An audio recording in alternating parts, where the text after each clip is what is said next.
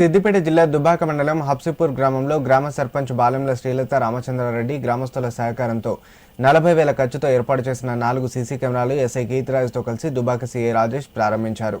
ఈ సందర్భంగా వారు మాట్లాడుతూ నేరాలను అరికట్టడానికి నిఘా నేత్రాలు ఎంతగానో దోహదం చేస్తాయని తెలియజేశారు. ఒక్క నిఘా నేత్రం 100 మంది పోలీసులతో సమానమన్నారు. గతంలో కూడా ఎన్నో నేరాలను ఎందరో దొంగలను పట్టుకోవడానికి నిఘా నేత్రాలు ఎంతగానో దోహదం చేశాయన్నారు. ప్రతి గ్రామంలో తప్పనిసరిగా నిఘా నేత్రాలను ఏర్పాటు చేసుకోవాలని సూచించారు.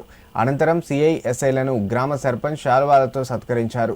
ఈ కార్యక్రమంలో ఉప సర్పంచ్ ప్రవీణ్ కుమార్, వార్డు సభ్యులు, గ్రామస్తులు పలువురు పాల్గొన్నారు.